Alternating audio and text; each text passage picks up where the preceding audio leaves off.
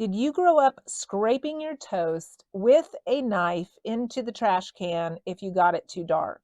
I absolutely did, and my mother burnt things way worse than this. We threw nothing away growing up.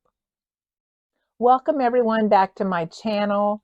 Today we're going to talk about some of the things I learned growing up with Depression era parents in the kitchen. Now, the video you just saw talks about how we scraped the toast, and we always scraped the toast, whether it was burnt in the toaster itself, whether or not my mom made my grilled cheese in the broiler. And yes, she used the compartment in the broiler to make grilled cheese. I didn't even know that you could make grilled cheese on top of the stove until I was in my 20s. I thought grilled cheese was made in the broiler, that it always came out burnt, and that you always scraped the toast into the trash can.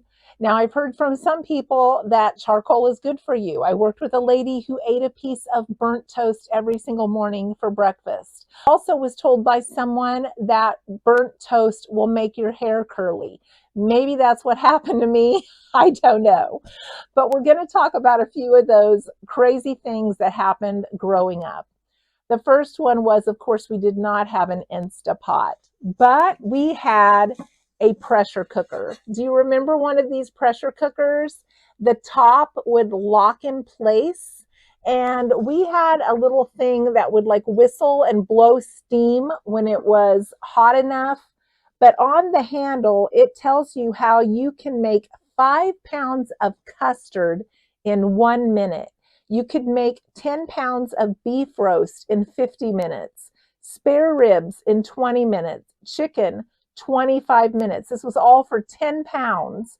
Meatballs 10 minutes, pork chops 12 minutes, veal stew 20 minutes, potatoes 8 minutes, and 15 pounds of carrots in 2.5 minutes. So this was the old-fashioned Instapot. Whenever my mom had it on the stove, she'd be like, stay back, it's dangerous. And my mother-in-law, she has one of these, and she said she's never used it because she's so scared of it. You could get some serious steam burns from this thing, just like you can from an Instapot if you opened it too soon, or if you let the steam get on you by having your face too close to it, or your arms.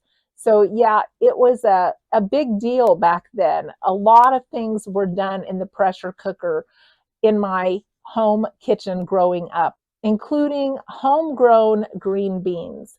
I still cannot eat a green bean that is partially crunchy because I grew up with my mom making them in the pressure cooker. And when she got done, they were soft. Sometimes they were almost mushy, but they were always cooked completely through.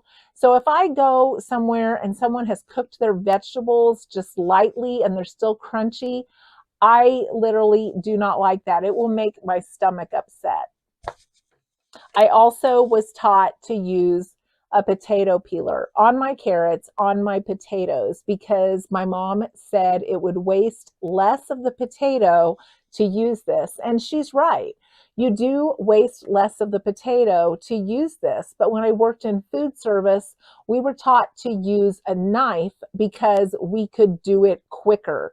We could peel 20 pounds of potatoes lickety split with that. This does slow down the process, but it does waste less of your food. And then there are literally potato peelers for left-handed and right-handed people. If you are right-handed and you go to use one that was used by a left-handed person, you will not be able to cut a potato because the sharp side becomes sharp from the hand that you use most often. And trying to pick up one that another handed person uses, it won't peel. Then the peels that were left went to the chickens in the chicken coop. Nothing was wasted. So we grew our own vegetables, we butchered our own meat, and we were self-sustainable. I don't remember hearing about the food pyramid until I was in junior high, but when I did learn about it, I realized that we were following it in the country by being self-sustainable. Our portion sizes were within normal limits. We ate fresh foods, fresh vegetables, fresh meats, and we ate them differently than other people did. We never had salad dressing growing up. We ate our lettuce with salt on it.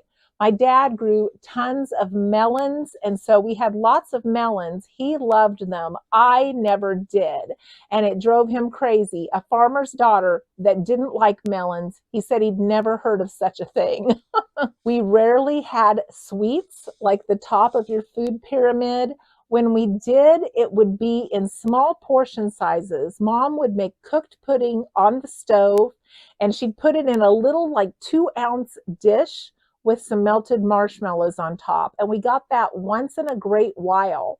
So when you read those portion sizes and it tells you how many portions come in something, it really did match the portions in my house. We also would have saltines with chocolate frosting between them if she had some frosting left that she had made from homemade.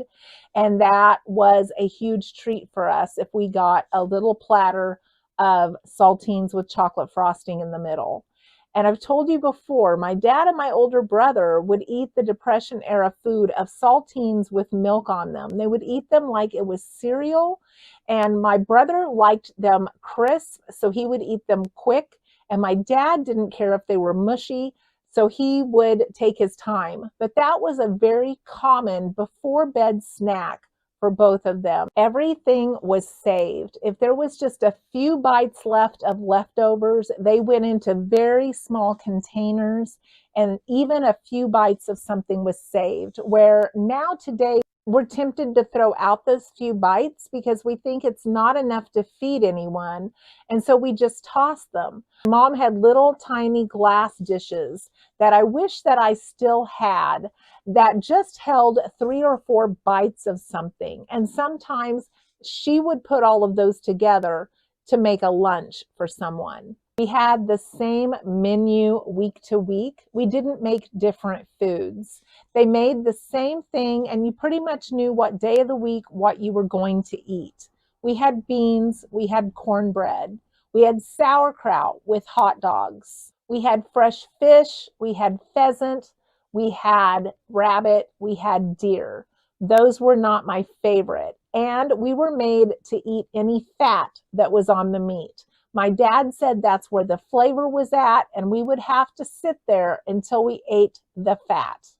We had hamburgers on bread, and on Sundays was always fried chicken, homemade scalloped potatoes, homemade hot rolls, and a vegetable. The chicken was fried in reusable grease, and the rolls were dipped in reusable grease before they were set to raise. We didn't ever have a baked potato growing up. We didn't have sour cream, cream cheese. I didn't know any of those things existed until I was an adult. And I didn't know that roast beef was a thing. Apparently, it was too expensive of a cut of meat. And I never had that or knew what it was until I went to one Christmas at my grandma's, and she had a very small dish with a very small piece of roast beef in it. And I asked my mother what it was. And I tried some and thought it was the most delicious thing I had ever eaten. We were made to sit at the table until we finished everything. We weren't allowed another piece of homegrown corn on the cob unless Dad could see that we had gotten every single hull, every single little yellow speck off of our corn. Then we were allowed the next one. We went to the fair about a month ago, and my husband pointed out that I had the cleanest ear of corn he had ever seen anyone eat. And I told him that's because that's the way my dad raised me. We had to make it completely clean before we could get another. We grew up with a lot of bacon, toast, and gravy. We would make toast, make gravy. The gravy would go over the toast. We would fry the bacon, break it up in little crumbles on the toast. And we had that very often for breakfast. Or we had toast and eggs, or we had leftover rice, milk, sugar, and cinnamon. and that is still one of my favorites today. Some of my jobs helping in the kitchen growing up was husking the corn. Mom, at the end of the season, would cut all of the corn off of the cobs and she would can that.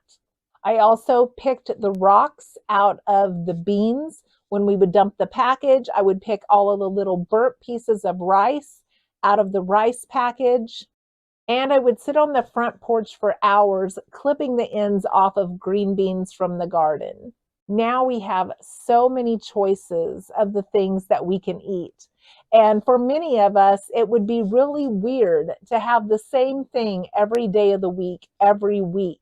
Now, maybe we enjoy pizza, so we have pizza every week, but it would be really strange to have some home-cooked same meals every day of the week. Spoilage was totally avoided. Every time we had whipped cream at a holiday, it was always served frozen. We didn't want anything to go bad, anything to waste, and after we'd used it, it went straight back in the freezer. A neck bone on the chicken was considered a real piece of meat. My mom ate the neck bone, and she talked about how much meat was on the neck bone that so many people just toss away as not a real piece of chicken or the turkey. So some of the things that I did as I raised my large family, I just added a little bit more water to the meal. That may sound like an old-fashioned term, but if you think about it, there's so many things that we can make that expand that the next day, if you add water, you have just as much or more than you did on the first original day that you made it. For instance, chicken and noodles, the noodles expand. Chicken and dumplings, the dumplings expand. And no, I didn't add more chicken broth. I just added water and a little bit of salt, and it tasted just as good as it did the first day. Potato soup, the potatoes will expand. Ham and beans or just plain beans, the beans will expand. Chili, the beans will expand. Beef stew, the carrots and the potatoes will absorb that water, and you can add more water tomorrow for the broth and you'll have just as much as you did the day before. Chicken stew, the potatoes and the carrots, again, absorb that water. Chicken and rice, your rice will expand and you can add more water. So basically anything you make with beans, potatoes, rice, any type of bread product like a noodle or a dumpling, it will expand and you can add more water and have a whole nother dish tomorrow that is just as much as you had the day before, and you didn't have to make any more. You just had to add a little bit more water and salt. Some of the things that we have the next day, my husband will even say that it tastes better the next day because the flavors really incorporate in it.